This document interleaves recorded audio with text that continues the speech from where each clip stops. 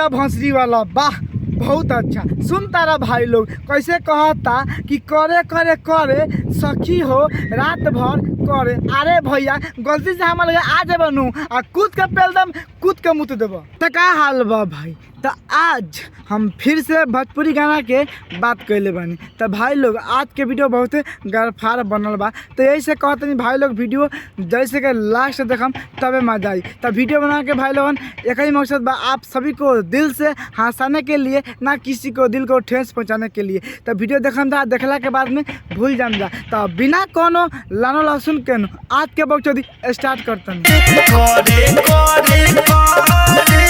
अब पटा के झाड़ ना उखाड़े सार बुढ़ छुछुनर खाली कहता करे करे करे। अरे भैया तोर भत्ता हूँ अब कर के फाड़ देवे तो कर के गाल में खून निकाल देवे, वो से हमरा कुछ मतलब ना नहीं के आना रही। ऐसे कहता नहीं देखे बाके हम मुठ मार दे कि हम खुशी से मर जाए। वाह रे भौजी भोंसरी वाली, वाह बहुत अच्छा। सुन तारा भाई लोग कि करे करे करे आ रोज रोज भर करे। ए भौजी तो पता बा मेहरारू वही खातिर रहेला कि रोज भर करे खातिर, बिना कि मुठ मार के गिरा दी नीचे अब बाद में जाई मेहरारू के लिए सामान खड़े ना होके बस उंगली डाले के पड़े। नहीं हटे चाइना नहीं रे जापानी चोलिया। अच्छा नहीं है चाइना आ नहीं रे जापानी। अरे भौजी जब चाइना के ना हो आ जापान के ना हो तो कहाँ के हो? हेलैंड में के आगे कहो। लिया हमारा बाबू होवे पाकिस्तानी, हवे पाकिस्तानी। एक कैमरामैन लिया बम बंदूक आ भौजी गांव में गोली मार दे कि भौजी मर जाए। भौजी बहन जो पाकिस्तान के नाम लेती है, तार बहन जो भौजी पाकिस्तान के नाम मत लो। गलती से कैमरा के दिमाग सुना कर लूँ आ कूद के पेल लूँ तो कूद के मुँह देबू आ झाड़ तो छिले सकता रू। अरे भौजी भोंसरी वाली, वाह का कहतिया कि एकरे पीछे दू गो डांगा। अरे भौजी गलती से दोनों जबना के बात तो ना करता रे, वो कहे तो हम बहुत दाबी ले। हाँ हम दाबी ले आ बाद में दाबा नू तो रोबे तो हम नहीं जानब का कि हम सख्त लवंदा हैं।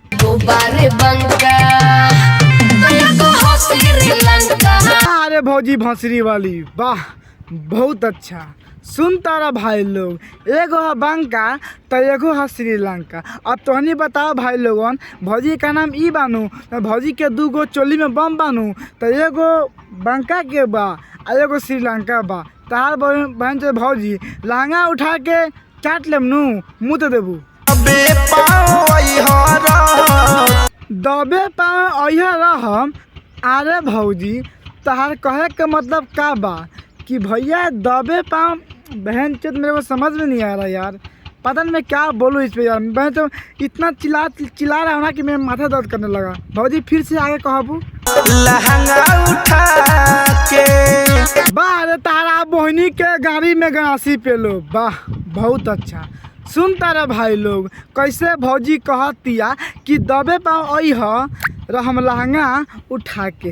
अब तो नहीं समझ सकता लोगन कि लहंगा उठा के भौजी रही तो भौजी के करे के का मन बा। ए भौजी हम दबे पाँव ना लेकिन हम दौड़ के आवता नहीं कूद के पेलम पेले दीह के झाड़ ना छील दीह। तारा बहनी के गाड़ी में खरबूजा के लंड पेलो, मतलब ये कौन गाना हो कि दबे पाँव अइहा हम लहंगा उठा के। तो नहीं बताओ भाई लोगन बहन चोत पता ना कौन गाड़ी दी सारा मुँह दुखागल बहन चोत, लेकिन हो सके बकचोदी खत्म नहीं हो। बहन चोत कुछ अलग कर ले। अच्छा चहली जवनिया के लुटिया सुता के। सुन तारा भाई लोगन अब तो के पक्का समझ में आ गई होई कि भौजी के कितना पेलवावे के मन करता। तो भौजी तो हम कल ये चाहता नहीं, अगर तो ज़्यादा मन करता तो हमरा के कैमरा मन के बड़का बाबू बोला ले आए खेपानू दे दिए, बहुत मन करता लेवे के। अरे तारा बहनी के गाड़ी में जेसीबी के लंड पे लो, वाह बहुत अच्छा।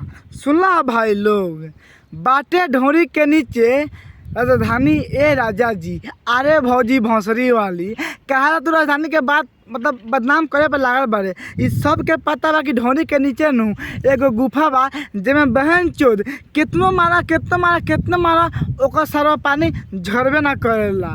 कितना कोई हार के बहन चोद मर गल बा लेकिन ओकर कोनो समस्या ओकर समस्या के हल नहीं भल। इस सबके पता बा। बोचोदी कम तेल केला डाल देम नु अटकले रह जाई। छेद नहीं खे तारा बहिन चोद ढोरी के नीचे बाके राजधानी है राजा जी। तहार बहिन जो लोगन तो निकाह चाहता लोगन कि हम पटा के पेल दी बस हमारा नाम बदनाम हो जाओ। मतलब तोहनी बताओ भाई लोगन ढोरी के नीचे बजा राजधानी कहाँ से आ गल। राजधानी बहुत बड़ा होकेला। तहार बहन जो छेद नु इतने बड़ के होई और इतना चकरा होई। ऐसे मत बदनाम करा। ऐसे तो मैं इतना खराब बोल दिया तो ये कहो लोगन कि सारा खुद खराब बा।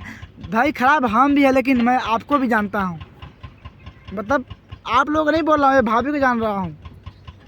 खराब तो मैं भी हूँ लेकिन भाभी को भी जान रहा हूँ कि भाभी कैसी है। तो भाभी पटा के पेलम नू तो मुत देबू।